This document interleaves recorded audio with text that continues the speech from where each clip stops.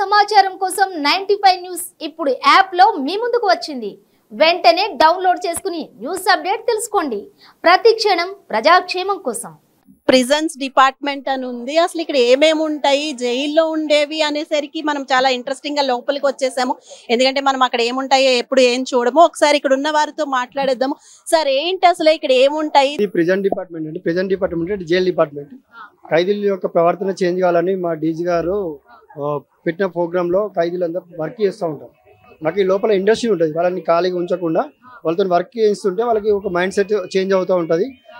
ఆ టైంలో తయారు చేసిన ఆర్టికల్స్ మేము ఇక్కడ సేల్ చేస్తాం. ఆ టైంలో రా మెటీరియల్ వేస్ట్ కాకుండా ఇక్కడ సేల్ చేసి దాని మీద వచ్చిన ప్రాఫిట్స్ ప్రిజనర్ వెల్ఫేర్కి, ప్రిజనర్ యొక్క సాలరీస్కి వాడతాము. వాళ్ళకు అమౌంట్లో పీపీస్లో 50%, బ్యాంక్లో 50% అమౌంట్ డిపాజిట్ చేస్తాం. వాళ్ళు రిలీజ్ అయ్యేటప్పుడు బ్యాంక్ అమౌంట్ డ్రా చేసుకుంటారు. మళ్ళీ ఏదైనా ఉపాధి కల్పించుకోవచ్చు.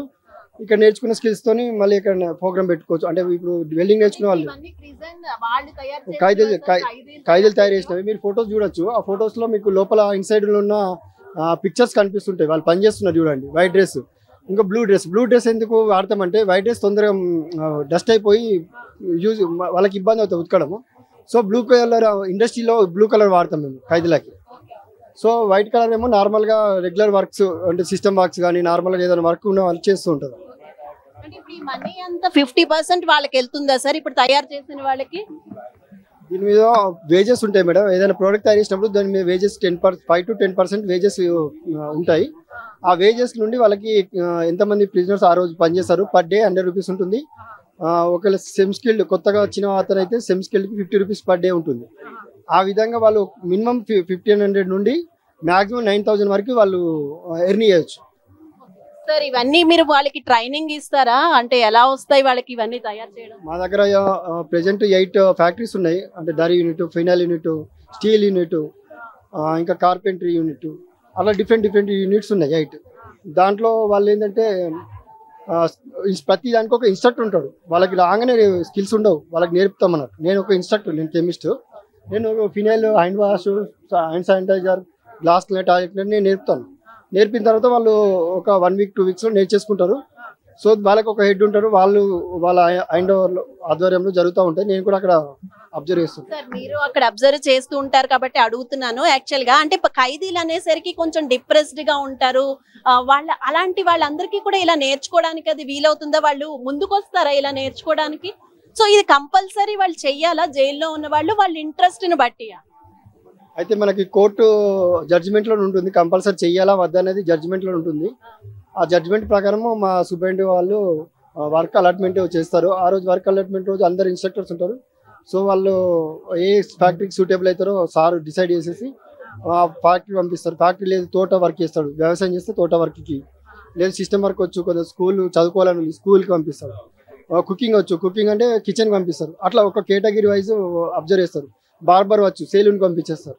అలా మా దగ్గర అదొక చిన్న మినీ మనలాగా, అంటే బయట మినీ విలేజ్ లాగా. సో ఇక్కడ ఎన్ని సర్వీసెస్ ఉంటాయో లోపల కూడా అన్ని సర్వీసెస్ ఉంటాయి. యాక్చువల్ గా జైలు గురించి చాలా విషయాలు చెప్పారండి. అక్కడైతే ఇవన్నీ నేర్చుకుంటారట. ఇక్కడ ఉన్న ఐటమ్స్ ఏమేంటి సార్? ఒకసారి వాళ్ళు తయారు చేసినవి ఏమేమి ఉన్నాయో ఒకసారి చెప్పండి. ఇక్కడ phenyl unit all varieties 9 varieties phenyls ఉంటాయి. ఆ తర్వాత మనకి దరి యూనిట్ ఉంది. దరి యూనిట్ నుంచి కార్పెట్స్ ఉంటాయి, డోర్ మ్యాట్స్ ఉంటాయి, ఇంకా బంతిపట్ట అంటారు. అంటే మనం భోజనం చేసుకుని బంతిపట్ట వేసుకొని కూర్చోడానికి ఇవి డోర్ మ్యాట్స్ అండి. Pure hand made, pure cotton ఉంటుంది. ఎకో ఫ్రెండ్లీ కలర్స్, స్కిన్కి ఎటువంటి డ్యామేజ్ అయ్యవు, చాలా బాగుంటాయి. నాన్ బెంజిలిన్ డైస్ ఇవి. కలర్స్ కూడా పోవు, ఫాస్ట్ కలర్స్ ఇవి.